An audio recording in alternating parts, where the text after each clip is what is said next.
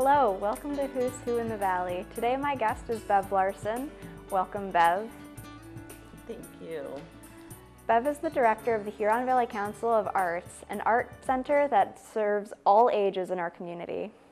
Thank you for giving us time today in Who's Who in the Valley. Well, what kind of programs does HPCA offer? We have an art exhibit every month. It's called First Friday. And we feature an artist, and we have an opening, and it's open to the public. So their exhibit will be shown for that full month, and then the first Friday of that month, we have a really beautiful opening. We also have concerts. We have 2 concerts a month right now inside the HPCA. We have a classical series, and we have a series called The Kettle, which is traditional music, which is folk, blues, jazz.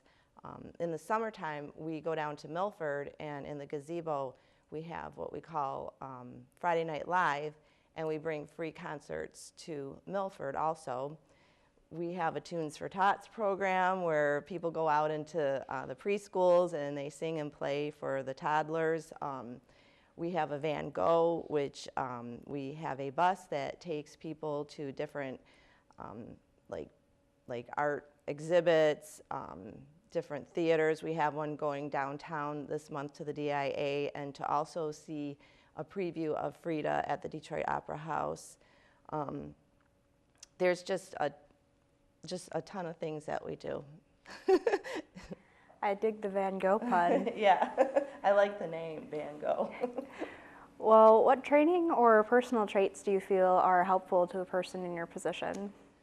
Well, number one, you have to love art. You have to want to keep art alive.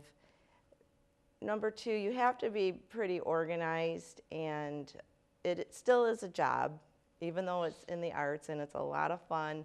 It's very important to have organization and to be able to keep funding coming in, because we are, like I said, nonprofit, and we are run totally on volunteers. I do have my degree in graphic art and design, so that helps with marketing. You probably have to be a people person, that you like to go out, you like to talk to people. Definitely somebody who is a multitasker too, because we do have so many different committees that we have to oversee. But the main thing would be somebody who is a big art advocate and loves art. Can you highlight some of your favorite HVCA events for us? Sure. I do love the concerts that we have. We bring in like probably every genre of music you can imagine. I mean, we do have classical, we have jazz, we do have some like alternative folk kind of music, we have bluegrass. So it really gives you a little bit of everything. I do love our art openings also, the Friday night, First Friday art openings in the gallery. We get in artists, a lot of them are local, but a lot of them come from out of state or up north, or, you know, from all over. And we have such a really beautiful variety of artists, anywhere from oil painters to sculptors to fabric art. And it's a really fun night because we have a beautiful spread of food, we have beverages, and everybody comes and mingles, and sometimes we have music, and I really do love that one a lot. We have 2 really great festivals that we put on each year. One is called Huron Valley Arts Festival, which used to be Art on the River. It's in Commerce, and it's a big outdoor festival. And then we have another one called Arts and Greens, which is just at the Bogey Lake Greenhouse right here in White Lake. Those 2 are also one of my favorites. So it's really hard because I love all of the events that we do. Well, what one thing got you interested in this career? I think probably because it's so art-based. I also am an artist by nature. I'm an oil painter, and I also design handbags along with being a graphic designer. So having the opportunity, when the job opened, and having the opportunity to work in a field that is my passion and that I love is probably, you know, one of the first things that interested me for this position. What are some of the benefits an art center can bring to the community? A lot of people don't realize how much economic growth that art can bring to a community. It can bring it by bringing cultural attractions, the art shows, the art fairs, things like that. Art also can help with quality of life for a lot of people in the community. We go out into like seniors, senior homes and things. We have another program coming up where we're going to actually be going out into like senior living areas and working with them with arts, because it really helps with dementia, things like that. It keeps the fine motor skills going. It helps them connect with children, and getting arts in the schools. It has proven that children who are around art are able to cope also in everyday life situations. They academically will perform better because they understand and learn solving problems. They learn team building. I see you brought some really interesting stuff here. Could you tell us about some of it?